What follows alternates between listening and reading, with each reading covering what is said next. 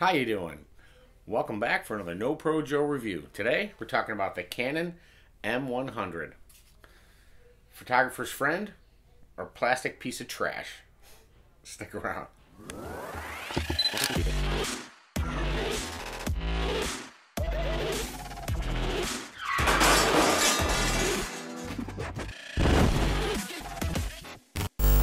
Well, there's a little bit of a story behind me purchasing the Canon M100. When I was in London last year, I was walking around with this hanging off my side for the entire time. We were walking around London for 2 weeks, and somewhere around 8 or 9 days into it, I was like, oh, my shoulder's killing me here from carrying this 6D around with me on my shoulder forever. I said, I'm just going to use my iPhone today. So I ended up shooting photography with my iPhone for, a couple of days. Got some great pictures, but unfortunately, they just don't hold up when you print or zoom in close. They fall apart. I mean, they look great on an iPhone screen or even on a small picture on a computer, but they just don't hold up. So I wanted to get something small and light, not expensive. I didn't want to pay $1 million for the camera, and be able to have the image quality I want, but still get the light package. So I checked into the M's because I used to have a M2. Love that camera. That was a great camera. I almost wish I hadn't sold it. Always end up selling my good stuff. Anyway, I purchased the M100. A lot of the reviews at the time had said, it's plasticky, not very good for, a photographer would not enjoy this camera because of the limitations of the camera. And there are some limitations. The first limitation is there's no hot shoe. The second one is there's no mic jack. So there's two things right there that'll definitely steer some people away. But if you can make it past those two things, there's a lot of camera right here for a really good price. I bought this as a kit with the 15-45 and the camera from the Canon refurbished site, which, year warranty. I buy all my cameras from the refurbished site. It's just a really good deal.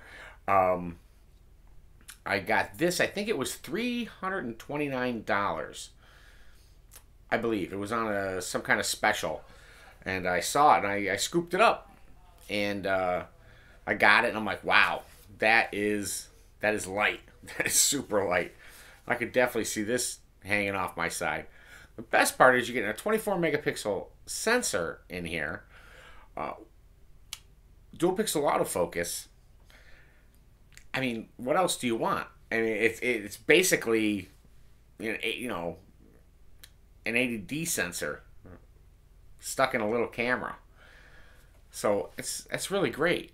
So long story short, I ended up getting it, and I've enjoyed using it. Just if I'm out running around, taking pictures, just walking in a trail, I know I'm going to get the image quality I want out of this camera, but not carry around a super heavy camera. The screen, that's what you get. You get a flip screen, which of course if you're doing vlogging or selfies is really great. But it's also good for shooting down low. Of course you can bring the screen up and you can get real low, or you can flip the camera over and shoot over your head. So there's choices there. Some of the things people wouldn't like is that there is only one main dial. So with the one main dial, you can adjust your shutter speed, you adjust your aperture, you can adjust your exposure compensation, all done with the one main dial by pushing the D button in the back up to the exposure, and that will change where you are in the exposure range, whether it be shutter, aperture, exposure compensation, or ISO. So, or you can do it all from the touch screen, which if anybody's ever used a Canon touchscreen, they're very intuitive. Here's a few samples of some pictures and a little vlogging test. Get ready. I am quite possibly the best vlogger on the planet. So you're going to enjoy this footage. You're going to love the content.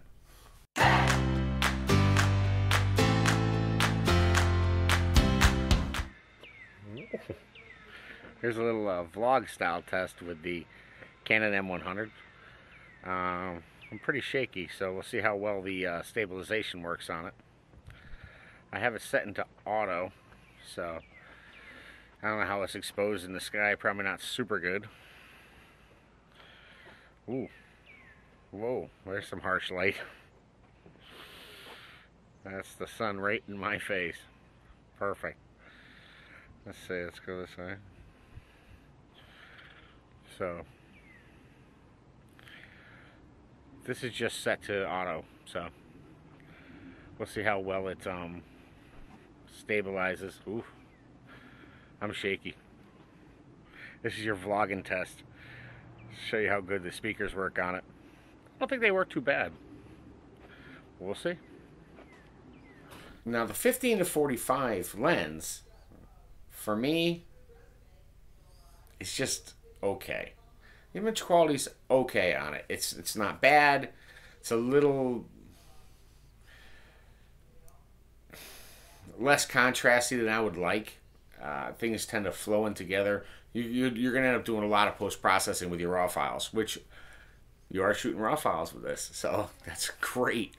When this thing woke up for me is when I purchased this Sigma 30mm 1.4. This deserves a video all on its own. This lens is absolutely amazing. It woke this little camera up.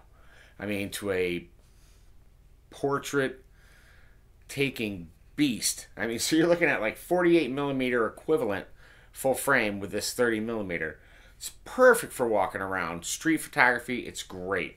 So, yeah, this guy deserves a video of his own. This is the Sigma Contemporary 30 1.4. It costs, this lens costs as much as this camera with the kit lens did. So, that's telling you something. Another great thing is when I purchased this, I got the EF adapter for it also. So, I can combine this 10-18 on this body and go ahead and make a probably a better vlogging rig, because you're gonna have a much wider field of view with a 10-18 than you will with this 15-45. So that was nice. Now you can get crazy and stuff big old lenses on this thing. I mean, let's just take a look at it this way. I want to pop the kit lens off. All right, this little guy, little kit lens. I'm gonna pop him off, and I'm gonna put this 10-18 on. And you'll see. So that's what you're working with there. So are the EF lenses compatible? Definitely. Do the EF lenses work great on this adapter? Yes, they work flawlessly. The face tracking works, the servo works, everything works. Will you look like a moron walking down the street with a 70-200 on this? Yeah, probably. It's highly unbalanced. But you can get away with this 10-18 because it's a light lens. So even if you mounted this on a gimbal to do gimbal shots with it, I don't think you'd have a problem. I haven't tried it with mine yet, but it's something I'd like to try. Super impressed by this little camera. Everybody said it felt plasticky and cheap. I mean, I don't know. I don't feel like it feels plasticky or cheap. I mean, yeah, it's plastic, but it feels solid enough in the hand. It doesn't creak or crack or any of those things. Another wonderful thing about this camera that you definitely don't see on a lot of your lower range cameras, where do you usually find the SD card on a cheaper camera? In the battery compartment. Well, you don't find it there on this camera. It's right here on the side of the camera, which I thoroughly love. You get right to your card right there on the side. What more could you ask for? This is a great little package. If you haven't noticed, I added this little you're probably seeing this little grip right here. I added that because basically for the first month that I had it, I felt like I was going to drop this thing constantly. So I'm going to put a link in the description below that tells you where to find this grip. I only found this grip in one place, one person that sells it. I think he prints it on a 3D printer, but it's absolutely flawless looking. It fits the camera perfectly. So it's like $20. Totally worth it for me. Now this camera is super usable. Your thumb falls in the right place. The buttons are right where they need to be. I mean, what more do you need? So you're getting image quality, and you're getting basic Canon menus, Canon colors. I don't know. For $329, I think it was a awesome deal. I mean, I was shooting some horses at a rodeo, and I don't know, shoots 4.5 frames per second. It's good enough. I caught some pretty cool looking pictures. So, in the end, do I think this is trash? Absolutely not.